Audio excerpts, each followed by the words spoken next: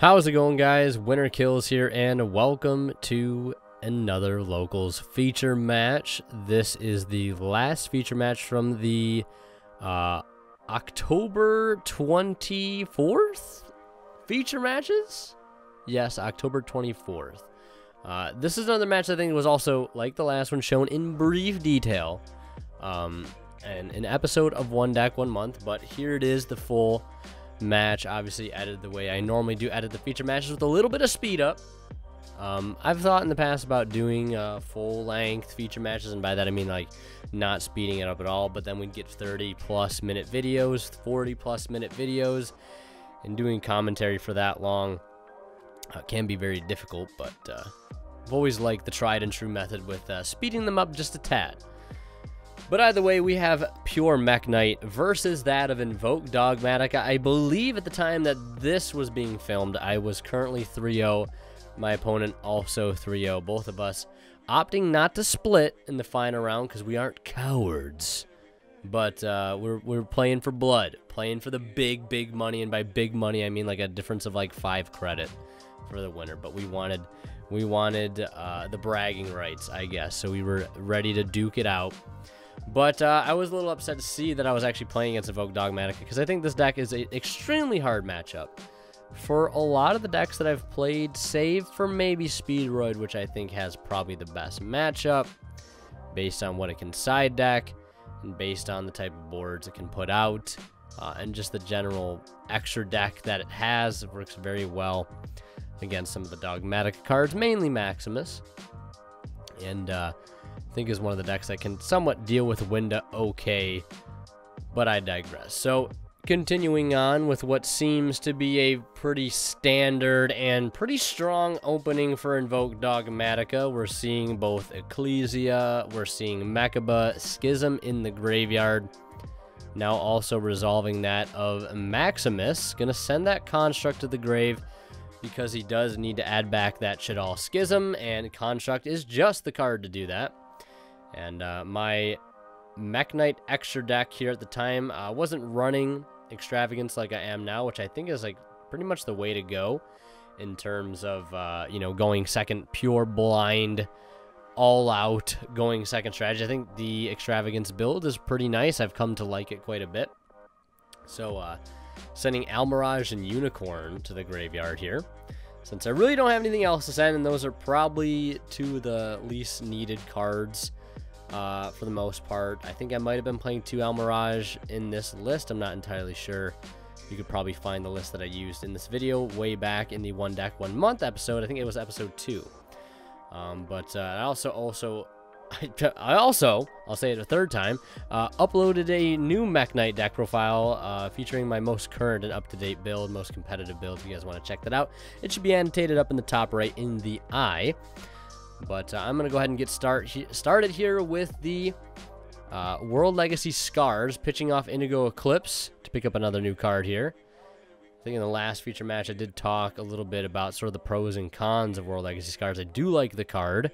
I do like it how it gives you access to see more cards, which in Mekk-Knights is always very advantageous, because you got to see Mekk-Knights, you got to see cards to set.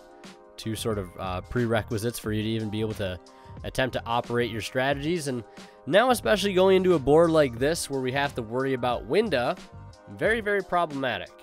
I set a card, it forces him to chain the Schism, because he knows I'm probably setting a card for one sole reason, and that is because I'm probably going to be summoning a Mekk-Knight soon after that. But I'm going to try to activate Memory here, and that's going to attempt to tutor out a Mekk-Knight from the deck. And it's not going to get me too far, because, like, you know, technically I could summon out Red Moon, try to pop the Winda, but oh wait, Winda can't be destroyed by card effects. So of course that avenue doesn't work. You can see I'm pondering the Red Moon here, but we're summoning in the same column as Mekka, because if I can at least clear the Mekka, you know, he won't have an Omni Negate sitting around on his field next turn. So I'm going to go ahead and try to use this. Luckily, the World Legacy World Scars has actually provided a Mekk-Knight in my graveyard for me to even use it in the first place, but of course Mekka is going to say no. I had to at least try to see if that was going through, but that did force the Mekka, so that's going to allow me to attempt to use this triple tactics talent in my hand. That was pretty much the only good thing about that interaction. But going forward, this is one of the main reasons why I really didn't like triple tactics talents now that I look back at it, especially for going second Mekk-Knight, is because this is one of the situations where my hand was already not that great, and talents really didn't add too much to it. There's one of those cards where I had to basically let one of my cards, you know, get stopped. Had to force that interaction in a somewhat awkward way. I'm already locking myself into Mekk-Knights. You know, I have to hope that he actually negates it, right? He doesn't technically have to. And all that talent is going to allow me to do is to out the window at the cost of my battle phase and the cost of 300 life points. So, you know, technically something like Book of Moon, Forbidden Droplet, or Chalice even would have just been so much better here in this particular instance to deal with that field than having to let myself, you know, go neg, as if however you want to put it, to be able to potentially try to play further into my turn. So I have to summon purple and pass once the window is off the field, but you know, he has Alistair next turn, so what's the point? I'm just going to die that turn anyways. So we're going to quickly jump into game 2, and of course a quick shout out to Imperium Duelist. Check out their website, guys. Check out all their amazing products. I use them in all my videos, especially the sleeves you see me using here in the playmat. If you're interested in any of that stuff, check them out down in the description below, and you can get all the stuff on their site for 10% off using my discount code WinnerKills10 off at checkout. Save 10% off your entire order and get some amazing products in the process. And of course, if you guys are shopping on TCG Player, do not forget to use my affiliate link to them down in the description below. Very, very easy to use. Literally costs nothing extra. No extra steps. Just click the link, start shopping, and check out like you normally would. And just like that, a small bit of the revenue from your purchase will go right back into the channel. And it does help out greatly. So consider using that affiliate link next time you shop on TCG Player. So, getting back to the game here, our Invoked player, lo and behold, starts with Alistair, and he does get to that Mekka. Now, he probably could have done more here, and this is one of the things at the time I couldn't really tell, like, was he doing this because his hand was that bad, or was he doing it simply because he didn't want to give me a lot of cards to work with? And I feel like maybe it was a mix of both, because he does have Ogre in hand for the purple, which is really unfortunate. Luckily, I have the Imperm, otherwise I think I would have just lost outright. Blue Sky attempts to resolve. He's got Ash Blossom as well, which just feels so bad. Now, keep in mind, this is also the build where I was playing the Tour Guide engine with Sangan to be able to search that of Orange Sunset. Speaking of Orange Sunset, I'm actually going to normal summon Orange Sunset by tributing off that Blue Sky. And interestingly enough, you know, the synergy with Sangan and Orange Sunset goes together. But then again, of course, it also has synergy in this case to be able to be linked into Al Mirage, because it is a normal summon monster with 1,000 or less attack. And that is going to fuel my World Legacy Succession to be able to bring back Blue Sky. And I'm actually able to keep going despite Ash and Ogre, and, you know, getting around this Mekka as well. But also keep in mind, I think I maybe only have one card left in hand to work with at this point, so was it worth it really in this case? I do have the opportunity to either go for Lib or go for Morningstar. I decided to go for Morningstar here. I think maybe hindsight, I should have maybe gone for Lib instead and gone for Link Cross if I was running that in this particular build, but I'm just trying to sort of rely on the safety net of Morningstar to be able to dodge things in the battle phase. This is, again, one of those, you know, situations where, like, should I have gone with the secrets or the memory? And here I think I go for memory, which I think I 100% should have gone for the secret route. Because here I make a play that's a little questionable now looking back. I decided to use memory just to get to Red Moon to remove this Mekka, because I do not want him to have an Omni Negate going into the next turn. Again, it, you know, not really knowing at the time, but it really wouldn't have made too much of a difference on how little cards I would have had if he would have had an Omni Negate. Because I think the better alternative is if I do go for the secret, and I just leave Morningstar there with the set secret, odds of him having a trap card to be able to negate the secret, very, very low. Just because, you know, any traps that he would have played, he probably would have set things like punishment or impermanence. And if he just has punishment, it just doesn't matter. You know, if he had impermanence, he would have set it already, and we would have been able to, you know, dodge around the whole column negation of impermanence by being able to place our secret wherever we want to. But instead, I go for the Spectrum Supreme. I mean, he can't be targeted or destroyed by card effects, which is alright. We'll swing in for 3k, not terrible.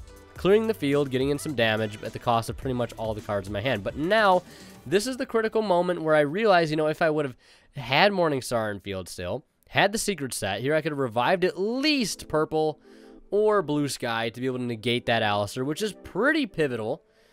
But also looking at his hand, you know, he does have Cosmic Cyclone. So I don't think ultimately it would have made too big of a difference. I think still going for the secret play was probably a bit better, a bit safer. But then again, also getting rid of the Mekka completely, getting at least a 3k body on my field that cannot be targeted or destroyed by card effects is also not half bad either.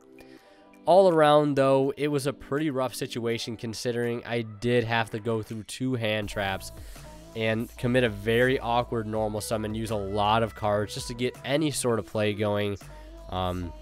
My opening hand was not really optimal at all. I didn't see any side deck cards here. Just very, very unfortunate all across the board.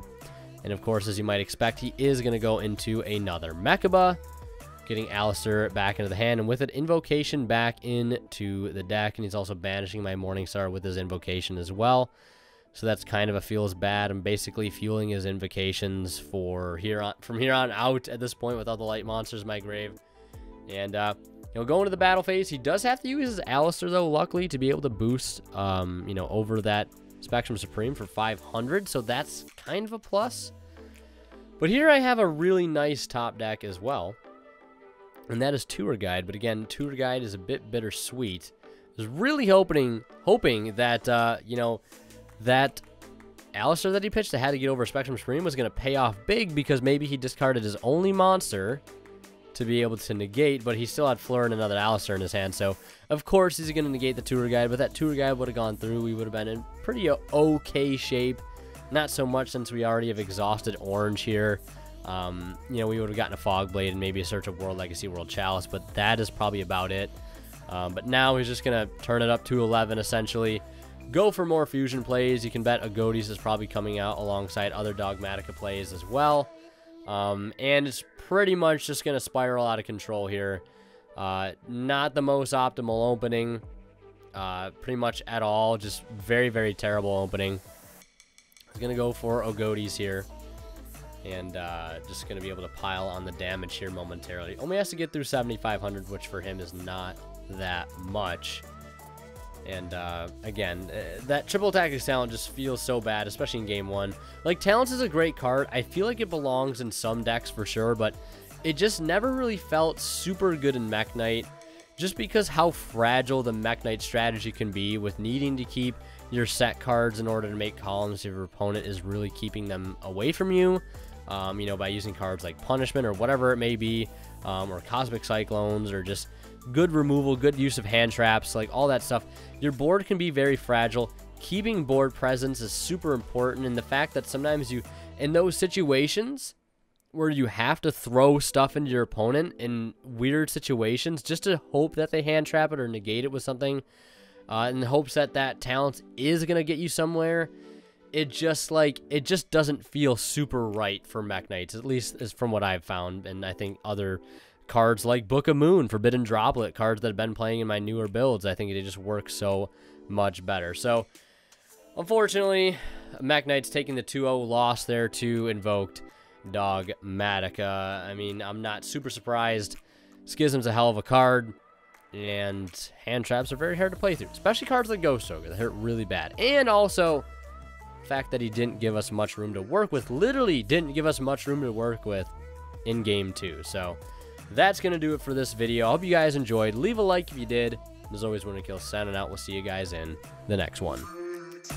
And last but not least, as always, a huge shout out goes to our Divine Level channel members here on YouTube, Academic Thick, Zors, and Cadillacs84. Thank you guys so much for your continued and very generous support of the channel. It does mean a lot.